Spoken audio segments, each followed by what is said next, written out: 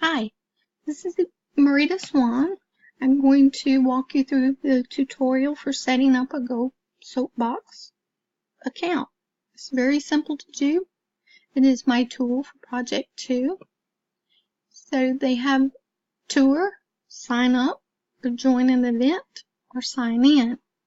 To sign up, it's very simple.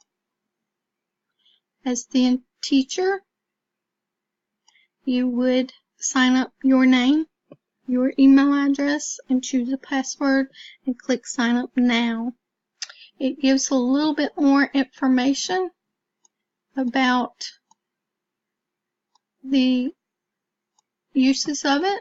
Over 250,000 teachers and students have used Go Soapbox to make class time more engaging. It is free for students in classes of 30 or fewer. For larger classes, they offer rates. They will discount the rates. If you read more into the details, they discount rates for university and larger classes. They do also offer site licensing. They are housed in Chicago, Illinois. And from what I have been doing on Go Soapbox, they offer a wonderful support team and help. There's blogging, sign up, and more about Go Soapbox if you want more information. It's a really cool website. I have very much enjoyed playing around with it. As I am not a teacher yet, I do not actually use this for a class. So since I already have an account, I'm just going to sign in. Here, this is where you would sign in with your event code. To receive an access code, students receive those from the instructor once they create the event. It's a 9-digit code, and they would quickly just click join now. But since we are actually signing in, we would just click here. So on this page, you see that my name, Marita Swan, my email address. You will see that I have two events already going, my 636 class and my 648 class. So we're going to click 648. I only have one quiz created. We played around with it a little bit with my members in my group. You can change the details. You can download the responses on a data Excel spreadsheet, which was really easy to do. And it gives you the details, results of your quiz.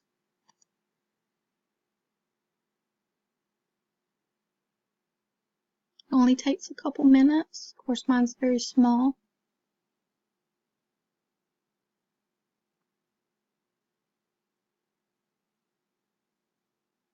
And as it opens up, it gives the names of the students on the left.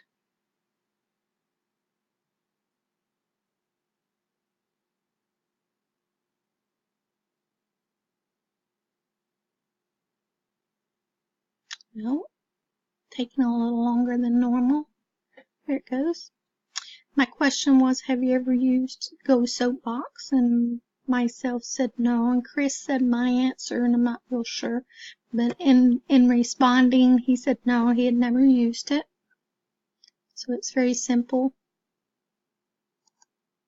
Close that.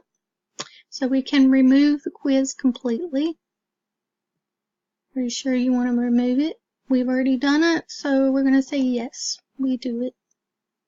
Your event is loading, and as you see, it's gone. You can also create polls, which I did not do for our class meeting. You will have your questions, your descriptions, URL if you want to do images, which is very easy to do. You can use pie charts, bar charts. You can have the results visible to the students, or you can not allow them to see it. And we go back to our dashboard. You can have discussion questions, which we also did not take part.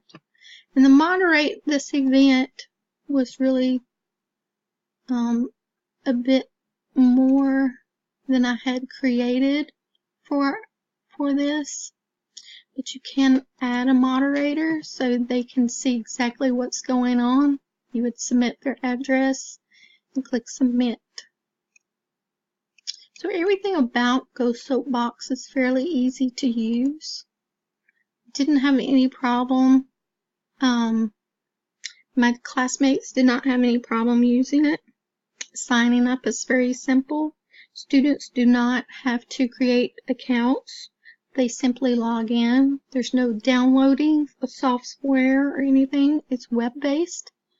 So they can use it on their cell phones, tablets, computers, making it very easy, and having those cell phones already makes it just that much simpler, and having a one-to-one device per student. So if you have any other questions, they have a great help and support team. They've been very helpful helping me to ask questions and answer questions. If you have any other questions, just let me know. Thanks. Happy Go Soapboxing.